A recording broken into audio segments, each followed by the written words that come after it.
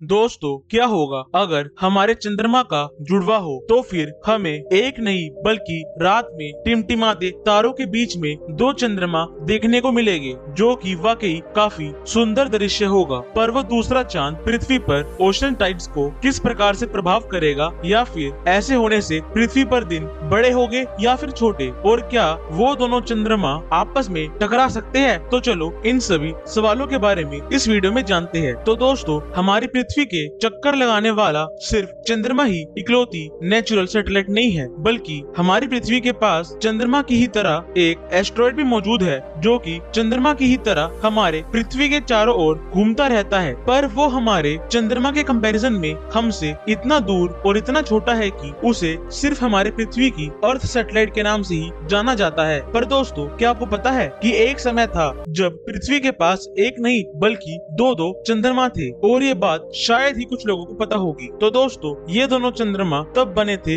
जब मंगल ग्रह के जितना साइज का एक प्रोटो प्लैनेट पृथ्वी से टकरा गया था और छोटे टुकड़ों में टूट गया था, जिसे वो प्लैनेट और पृथ्वी आपस में 3 टुकड़ों में टूट गई थी, जिसमें से हम एक पार्ट को पृथ्वी कहते थे जिस पर हम रहते हैं, और बाकी 2 पार्ट को हमने चंद्रमा का नाम दिया। पर अभी कोई नहीं जानता कि वो दूसरा मून आखिरकार गया तो गया कहाँ। पर अगर साइंस की माने तो मैथमेटिकली पॉसिबल है कि वो दोनों चंद्रमा आपस में टकरा गए होंगे और एक ही चांद बन गए होंगे, जिसके बारे में हम आगे भी डिस्कस करेंगे। तो चलो अब मान लेते हैं कि अगर अभी भी हमारी पृथ्वी के पास 2 चंद्रमा होते तो हमारी पृथ्वी किस तरह की होती। तो दोस्तों, पहले केस में हम मानते हैं कि अगर दूसरा चंद्रमा हमारे पहले वाले चंद्रमा के 1/30 पार्ट का होता और पृथ्वी से लगभग उतनी ही दूरी से चक्कर लगाता जितने पर पहला चंद्रमा लगाता है, और ये वही सिनेरियो है जो कि लगभग 4.5 बिलियन साल पहले एग्जिस्ट करता था। तो दोस्तों,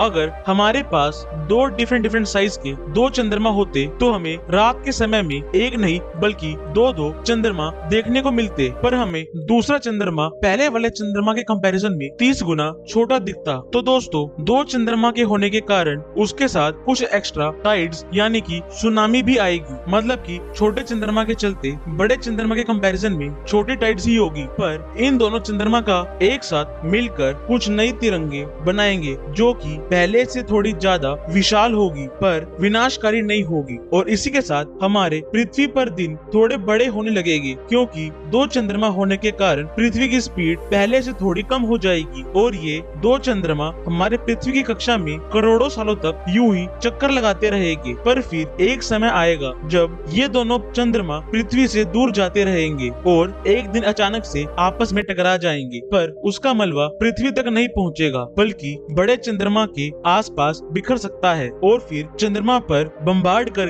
वहाँ पर कुछ नए पहाड़ या फिर टीले बना सकता है, जिसे हम उस चंद्रमा की निशानी भी कह सकते हैं, और हम इन टीलों या फिर पहाड़ों को टेलीस्कोप के जरिए भी मून पर देख पाएंगे। तो दोस्तों, चलो अब दूसरे केस के बारे में जानते हैं कि मान लो कि अगर हमारे ओरिजिनल चांद के साइज के जितना ही बड़ा एक चांद बस उसकी आधी गैप पर हो, मतलब कि जितनी दूरी हमारे चंद्रमा और हमारी पृथ्वी के बीच में है उसके बिल्कुल मिडिल पॉइंट पर अगर एक नया चंद्रमा आ जाए तो उसका हमारी पृथ्वी पर क्या इम्पैक्ट पड़ेगा। तो चलो इसके बारे में भी जानते हैं। तो दोस्तों, इस बार भी हमें रात में 2 चंद्रमा देखने को मिलेंगे, जिसमें एक चंद्रमा दूसरे से काफी बड़ा तो होगा ही, साथ में इतनी बड़ी बड़ी टाइड्स बनाएगा कि पानी के आसपास रहने वाले लोगों को कोस्टल एरिया छोड़कर भागने पर मजबूर होना पड़ेगा, क्योंकि इस समय पर पहले के टाइड्स और अब के टाइड्स के बीच में लगभग 300 मीटर का डिफरेंस होगा, और साथ में ही हमें अधिक बाढ़ देखने को मिलेगी। पर कुछ समय के बाद हम इस नए विश्व के अनुसार ढल जाएंगे,